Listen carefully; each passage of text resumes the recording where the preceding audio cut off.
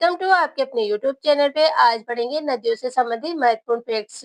साबरमती नदी का उद्गम हुआ गोविंदा की पहाड़ियों से और ये कहाँ जाके समाप्त हो जाती है? खंभात की खाड़ी में मिलने से। इसकी कुल लंबाई कितनी है? 416 किलोमीटर। राजस्थान में इसकी लंबाई है 45 किलोमीटर। इसकी सहायक नदियां हैं वाकल, हथमती, मेसवा, बेतरल, सेई, माजम, मासी और हरनाव। गांधीनगर और साबरमती आश्रम इसके किनारे पर स्थित है। इसका उद्गम तो राजस्थान से होता है, लेकिन फायदा सबसे ज्यादा किसको करती है? गुजरात को।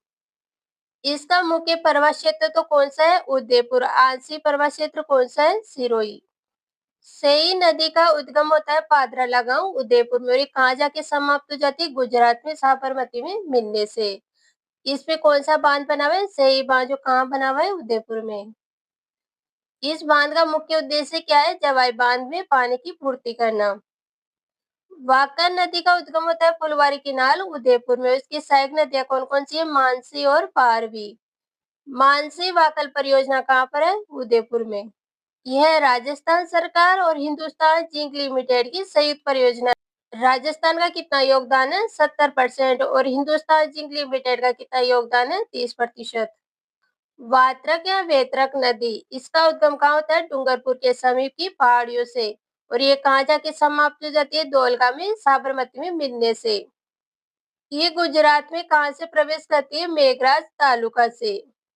यहाँ पर देवा जल सुरंग परियोजना भी बनी हुई है, जिसको मोहनलाल सुखाड़िया जल सुरंग भी कहते हैं। अब पश्चिमी बनास या छोटी बनास नदी, इसका उद्गम कहाँ होता है? नया सनवारा की पहाड़ी सिरोही से और ये गुजरात में कच्छ की खाड़ी में मिल जाती है। इसके किनारे पर माउंट आबू शहर और गुजरात का डीसा शहर बसा हुआ है। सुकली नदी पर कौन सी परियोजना बनाई गई है? सेलवाड़ा। इसकी सहायक नदी कौन सी है? सुकली। और अन्य सहायक नदियां कौन कौन सी है? गोहलन और कुकड़ी। अब राजस्थान की नदियों का अपवा क्षेत्र के अनुसार अवरोही क्रम बताना है। चंबल नदी का अपवा क्षेत्र 20.90%, लूनी नदी का अपवा क्षेत्र 10.40%, माही नदी का अपवा क्षेत्र 4.80%, साबरमती नदी का अपवा क्षेत्र 1% और बनास नदी का अपवा क्षेत्र 0.90%। जल ग्रहण क्षेत्र के अनुसार नदियों का अवरोही क्रम बताना है। बनास नदी का जल ग्रहण क्षेत्र है 27.48%, लूनी नदी का है 20.21%, चंबल नदी का है 17.18%, माई नदी का है 9.46%, बाणगंगा और गंभीरी नदी का है 8.47%। अब सर्वाधिक सतही जल वाली नदियां कौन कौन सी है? चंबल, बनास, माही और लूनी। अब राजस्थान में नदी के किनारे में बसे शहर या नगर। गणेश्वर कहाँ पर है? कांती नदी के किनारे। किशनगंज कहाँ बसा हुआ है? पार्वती नदी के किनारे। हनुमानगढ़ और सूरतगढ़ कौन सी नदी के किनारे? गंगा नदी के किनारे। भीलवाड़ा है कोठारी नदी के किनारे। रावतभाटा और केशोराय पाटन और कोटा कहाँ पर है? चंबल नदी के किनारे। गलियाकोट और बेणेश्वर कहाँ बसा हुआ है? माही नदी के किनारे। पीपाड़ शहर कहाँ बसा हुआ है? जोजरी नदी के किनारे।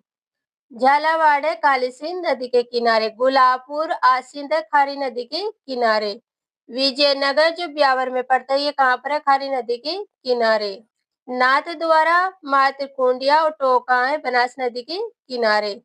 बिलाड़ा, तिलवाड़ा, नाकोड़ा, बालोतरा, समदड़ी, गुड़ामाला ने कहाँ पर है? लूनी नदी के किनारे। उदयपुर और चित्तौड़गढ़ कहाँ बसा हुआ है? बेड़ज नदी के किनारे। पाली है बांडी नदी के किनारे। सलेमाबाद कहाँ बसा हुआ है? रूपनगढ़ नदी के किनारे। सुमेरपुर कहाँ बसा हुआ है? जवाई नदी के किनारे। और बयाना कहाँ पर है? गंभीर नदी के किनारे। चंद्रावती है चंद्रभागा नदी के किनारे। अब राजस्थान के प्रमुख जलप्रपात। चूलिया जलप्रपात कहाँ है? चंबल नदी पे, जो कहाँ पड़ता है? चित्तौड़गढ़ में।